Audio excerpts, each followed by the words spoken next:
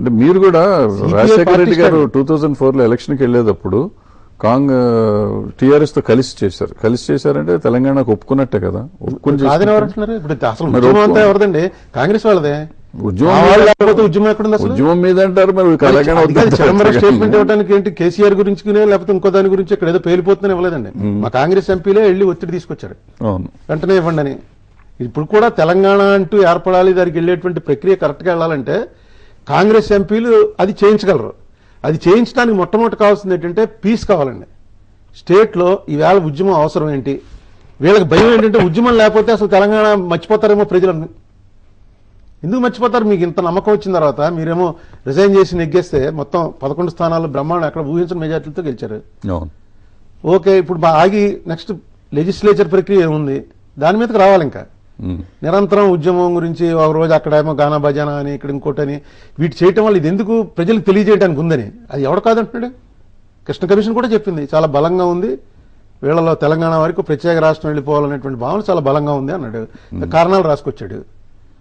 అందుకని ఇప్పుడు వీళ్ళు కనుక ఉద్యమం అనే బాటలోంచి లెజిస్లేచర్ ప్రక్రియలో కనుక వచ్చినట్టయితే, పార్లమెంటరీ విధానాల ద్వారా ఇది సాధించాలనే పద్ధతిలో, రాజ్యాంగ సంక్షోభం ద్వారా సాధిస్తామన్నది పక్కన పెట్టి రాజ్యాంగబద్ధంగా సాధిస్తామనేటువంటి ఒక ఆలోచనలోకి వచ్చినట్టయితే తెలంగాణ ఏర్పడడం తప్పేం కాదండి. ఎందుకు తప్పు అవుతుంది? తప్పు కానప్పుడు ఎందుకు మీరు ఇలాంటి పెద్దవాళ్ళంతా ఎందుకు దాన్ని ఒక దారిలో పెట్టించట్లేదు? 10 ఏళ్ల నుంచి కొట్టుకుంటున్నారు కదా. 10 ఏళ్ళు ఏంటి, 50 ఏళ్ల నుంచి జరుగుతూనే ఉంది. అలాగే వస్తుంది పోతుంది. ముందు కాంగ్రెస్ సపోర్ట్ చేశారు, తర్వాత తెలుగుదేశం సపోర్ట్ చేశారు, ఎలక్షన్ వరకు బీజేపీ సపోర్ట్ చేశారు, ఇప్పుడు మళ్ళీ పార్లమెంట్ అంటున్నారు. అసలు ఎప్పుడు జరుగుతుంది? ఎవరిని జరుగుతుందో జరగదా? ఇట్లా అమాయకులు ఎంతమంది బలైపోతా ఉంటారు? జరిపించుకునే వాళ్ళకి సరైన బలి ఎందుకు అవుతున్నారండి? దీనివల్లే, స్పీచ్ల వల్ల. అదే సార్, ఇప్పుడు నమ్మకం ఇప్పుడు వచ్చేస్తుంది, దీనివల్ల పోయింది అనేసరికి పాపం వచ్చే ఒక నమ్మకం ఉన్న మనుషులు చచ్చిపోతున్నారు, తెలియక చచ్చిపోతున్నారు. అమాయకత్వం. పార్లమెంట్ లో బిల్లు పెట్టాలి అని చెప్పి ఉందండి. అవును. ఇక్కడ ఏమైంది? 17 మంది తెలంగాణ ఎంపీలు, 25 మంది ఏమో అదర్ దాన్ తెలంగాణ, రాయలసీమ, ఆంధ్ర. ఈ 25 ఎంపీలు కూడా అవసరమేగా వీళ్ళకి? కావాలి. రేపు బిల్లు అయ్యి ఇది రావాలంటే 25 ఎంపీలు. అసలు ఇప్పటి వరకు 25 ఎంపీలు మాతో మాట్లాడే పరిస్థితే లేదు. మేము మామూలుగా మాట్లాడుకుంటాం తప్ప ఒక మీటింగ్ కూర్చుందాం అనే పరిస్థితే లేదు. మామూలుగా మాట్లాడతారు, అప్పుడు ఇవన్నీ మాట్లాడుకోవచ్చు. అన్ని మాట్లాడుకుంటున్నాం, ఇది మాట్లాడతారు, మామూలుగా అన్ని మాట్లాడుకుంటాం. కానీ కూర్చునేటప్పుడు ఏమవుతుందంటే మా జనం ఏమనుకుంటారో, నేను వాళ్ళ జనం ఏమనుకుంటారో అని వాళ్ళు. పూర్వం నాయకుడు అనేవాడు జనాలు నడిపించేవాడండి. ఇప్పుడు జనాలు ఎటు వెళ్తున్నారో చూసి పరిగెత్తుకుని వెళ్ళి ముందు నాయకుడు లక్ష్యం తెలుసుకుని వాడికి తెలియకుండా వెళ్ళిపోయి ముందు నిలబడిపోవాలి. అందరూ అదే చేస్తున్నాం. ఇప్పుడు మా ఏరియా ఉంది, మా ఏరియాలో వాళ్ళు ఎవరికి కూడా తెలంగాణ ఏర్పడినా ఇంకోటి జరిగినా పర్వాలేదు, కానీ హైదరాబాద్ సిటీ మనకు సంబంధం లేదంటే ఒప్పుకునే పరిస్థితి లేదు. ఎందుకంటే అందరూ చెప్పాను కదా మీకు, 73 నాటికి ఇక్కడ ఎవరు లేరు. ఇప్పుడు నాకు హైదరాబాద్ లో ఉన్నంత మంది బంధువులు మా రాజమండ్రిలో లేరు. అంతా వచ్చారు, ఏదో ఉద్యోగాలలో, ప్రైవేట్ దాంట్లోనో, ఏదో చిన్న వ్యాపారంలో వచ్చి ఇక్కడ సెటిల్ అయిపోయారు అంతా. అవును, సెటిల్ అయ్యారు. ఇప్పుడు నష్టం ఏమొస్తుంది చెప్పండి? సపరేట్ అయ్యింది, హైదరాబాద్ కూడా వెళ్ళిపోయింది అనుకుందాం కొంచెంసేపు. ఏ రాదు నష్టం, మీకు నాకు తెలుసు, వాళ్ళకి తెలియదు. వాళ్ళకి తెలిసేలా లేదు ఇక్కడ వాతావరణం.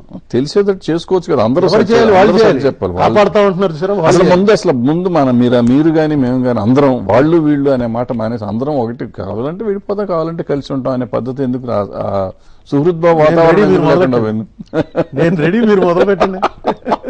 సో ఇలాంటి మనిషి ఇప్పుడు మనం అనుకున్న పరిస్థితుల్లో కలుపుతానికి అన్న ప్రయత్నం చేయొచ్చు కదా. మీకు ఏ రకమైన ఇది లేదు, ఒక రాష్ట్రానికి ఏమన్నా చేయగలిగితే చేద్దాం, లేకపోతే లేదనే తత్వం తప్పిస్తే రాష్ట్రాన్ని దోసుకు తిందాం అనే ప్రయత్నం లేని వాళ్ళు రాష్ట్రాన్ని బాగు చేయడానికి ఎందుకు చేయకూడదు? ఇంకోటి చాలా ఏమైపోయిందంటే, మా పొలిటీషియన్స్ కమ్యూనిటీ అంటేనే మోస్ట్ హేటెడ్ కమ్యూనిటీ వరల్డ్. మా సినిమా వాళ్ళు దుర్మార్గుల్లాగా మీరు దుర్మార్గులు. మీ సినిమా వాళ్ళు మీరు డబ్బు పెడతారు కాబట్టి ఒక్కోసారి దుర్మార్గంగా ఉండక తప్పని పరిస్థితి వస్తుంది.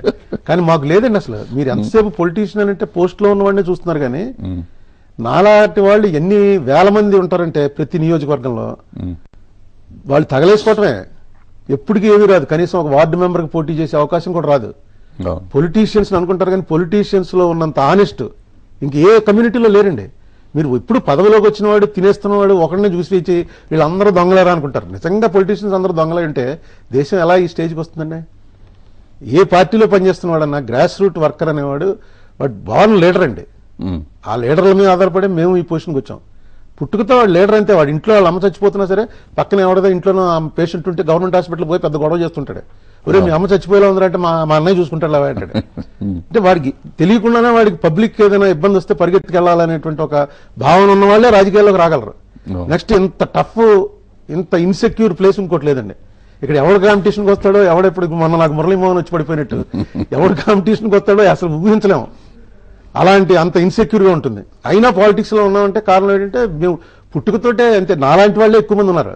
మీరు చెప్పినట్టుగా ఏదో డబ్బులు ఆశించో లేకపోతే ఏదో చేద్దాం రాజకీయాన్ని వాడుకుని మనం పెరుగుదాం ఆర్థికంగా అన్నవాళ్ళు 0.001%. ఎట్లా చెప్తారు సార్? ఇప్పుడు మీ ఎంపీలు ఉన్న వాళ్ళలో అందరూ కోటేశ్వర బిజినెస్ మెన్ ఎంతమంది ఉన్నారండి?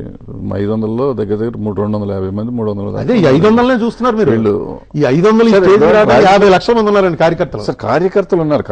వాళ్ళందరూ పొలిటీషియన్స్. అదే చెప్తాను, అందరూ పొలిటీషియన్స్ కాదనట్లా. వాళ్ళందరూ సిన్సియర్ గా పనిచేసిన వాళ్ళకి మనం ఎక్కడ పదవులు ఇవ్వట్లా. డబ్బు సడన్ గా మీరు ఇప్పటి నుంచి రాజమండ్రిలో ఎప్పటి నుంచో పనిచేశారు. మీ అదృష్టం బాగోకి ఒక డబ్బులున్న పెద్ద ఇండస్ట్రియలిస్ట్ వచ్చి అక్కడ నేను నిలబడతానంటే మీ సీటు పీకేసి వాళ్ళకి ఇచ్చేవారు కదా. ఇవ్వలేదు కదా దాంట్లో. ఈసారి ఇవ్వలేదేమో. చాలా చోట్ల జరిగింది కదా. ఒక మాట, ఏ పార్టీ అన్నా సరే కొంతమంది డబ్బులున్న వాళ్ళని తీసుకోక తప్పదు, కొంతమంది నాలాంటి వాళ్ళని తీసుకోక తప్పదు. లేకపోతే బ్యాలెన్స్ అవ్వదండి. ఆ బ్యాలెన్స్ అవడం కోసం తీసుకుంటారు. నాకే కాదు, నాకన్నా ఎంతో అర్హత ఉండి ఎంతో ఎక్స్పీరియన్స్ ఉండి ఇప్పటివరకు ఏ పోస్టు రాకుండా ఇంకా నాకన్నా యాక్టివ్గా రాజకీయాల్లో తిరిగే వాళ్ళు మా ఊళ్ళోనే ఒక 50 మంది చూపించగలను. వాడికేమి నాకు వచ్చిందని జలసీ ఉండదు, ఏముండదు. ఆ కాంగ్రెస్ ఆ పార్టీ పిచ్చ, అలా తెలుగుదేశంలో ఉన్నవాడికి ఆ పార్టీ పిచ్చ. వాళ్ళు డబ్బులు తగలేసుకుని జోబులో డబ్బులు తీసుకుని అలా తిరుగుతారు, గొడవలు పెట్టుకుంటారు. మళ్ళీ ఎలక్షన్ అయిన తర్వాత మళ్ళీ ఎవడ వ్యాపారం వాడు చూసుకుంటుంటాడు. తగలేసుకునే వాళ్ళు తగలేసుకున్నారు, తినేస్తున్నారు. తినేసేవాళ్ళు ఉంటారండి, ప్రతి దాంట్లో ఉన్నారు. సినిమా ఫీల్డ్ లో దొంగలు లేరా? మామూలుగా ఎన్జిఓల్లో దొంగలు లేరా? ఆఫీసర్స్ లో దొంగలు లేరా? ఐఏఎస్ వాళ్ళలో దొంగలు లేరా? అలా అని చెప్పి మొత్తం కమ్యూనిటీ అంతా అనలేదు. సినిమా ఫీల్డ్ లో దొంగలు లేరని మేము అంటలా. బట్ సినిమా ఫీల్డ్ లో దొంగలు ఏంటంటే మేము డబ్బులు పెట్టి ఏదో ఫ్రాడ్ చేస్తానికి ట్రై చేస్తాం. మీరు ఊరు సొమ్ముతో ఫ్రాడ్ చేస్తానికి ట్రై చేస్తారు కదా. అదే పొరపాటు అంటున్నాను. ఊరు సొమ్ముతో ఫ్రాడ్ చేసిన వాడు ఒకటి పేరు చెప్పండి. మొత్తం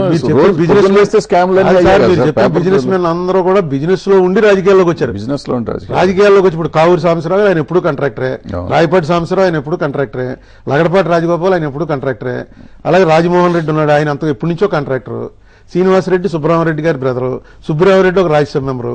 వీళ్ళందరూ రాజకీయాల్లోకి వచ్చి డబ్బు సంపాదించుకున్న వాళ్ళు ఎవరు లేరండి. ముందే రాజకీయాల్లోకి వచ్చారు, ఇంట్రెస్ట్ ఉంది కాబట్టి. ఒక రకంగా నేను అనుకుంటాను వాళ్ళు ఇందులోకి రావడం వల్ల మైనస్ అవుతారు తప్ప ప్లస్ అవరండి. ఎందుకంటే వాళ్ళు 4 ఎంపీలు హ్యాపీగా వాళ్ళ చేతిలో పెట్టుకోవచ్చు, ఏ పని కావాలంటే ఆ పని చేయడానికి. వాళ్లే ఎంపీలు అయిపోవడంతో ప్రతి నిమిషం జాగ్రత్తగా ఉండాలి, ఎవడు ఎక్కడి నుంచి కొడతాడో, ఏ ఛానల్ వాడు ఎక్కడ స్టింగ్ ఆపరేషన్ చేస్తాడో అని. మీరు రాజశేఖర రెడ్డి గారితో అంత క్లోజ్ గా ఉండేవారు. ఆయన మీకు ఏ ఇంపార్టెంట్ ఇష్యూస్ కూడా మీకు మెయిల్ చేసేవారు. ఆయన చేసిన మెయిల్ మీరు అట్లా బయట పెడతాం కరెక్ట్ కాదు కదా. అలా చేసి ఈమెయిల్ అండి, ఈమెయిల్ చేయటం ఆ వేళ పెట్టాలండి మరి. లేకపోతే చిరంజీవి వచ్చి పార్టీలో కలవగానే సోనియా గాంధీని తిడుతుంటే, సోనియా గాంధీ మా లీడరు, మేమంతా బతిమాలి కాళ్ల వేళ్లబడి తీసుకొచ్చాం. ఆవిడేమో ఇంట్రెస్ట్ గా రాలేదండి.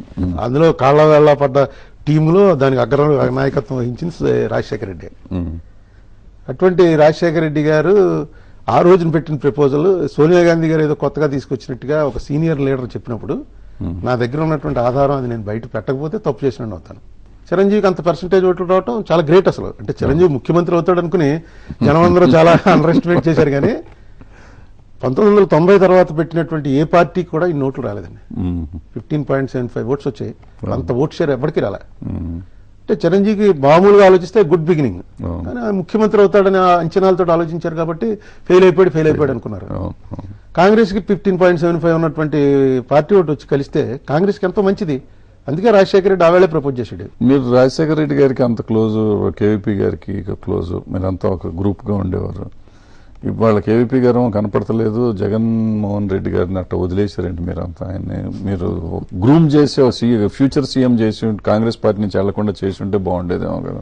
రాజశేఖర రెడ్డి సీఎం అయ్యేనాటికే రాజశేఖర రెడ్డి చాలా ప్రౌడ్ గా చెప్పుకునేవాడు, మావాడు అదరగొట్టేస్తున్నాడు, అక్కడ ప్రాజెక్ట్ ఏదో చేశాడు, ఇక్కడ ఏదో చేశాడు, బాగా నిలబడిపోయాడు అని ఆనందించేవాడు. రాజకీయాల్లోకి వస్తాడని నేను అనుకోలేదు. అయితే తర్వాత తెలిసింది ఇతనికి ముందు నుంచి కూడా రాజకీయం ఇంట్రెస్ట్ ఉంది, రాజకీయాల్లోకి రావాలనే ఇంట్రెస్ట్ తోటే ఉన్నాడు. అది జెనెటిక్ గా వచ్చేస్తుందండి, వచ్చింది. సరే కాంగ్రెస్ ఎందుకు వదిలిపోయాడో నాకు ఇప్పటికైతే తెలీదు. అతను ఇందులో ఉండకూడదు అనుకున్నాడు, వెళ్ళిపోయాడు. బట్ ఎవరు మీలాంటి వాళ్ళు ఎవరు అడ్వైస్ తీసుకోవాలి మీరు కాకపోతే ఇంకెవరిదైనా ఎవరికీ తెలియదు.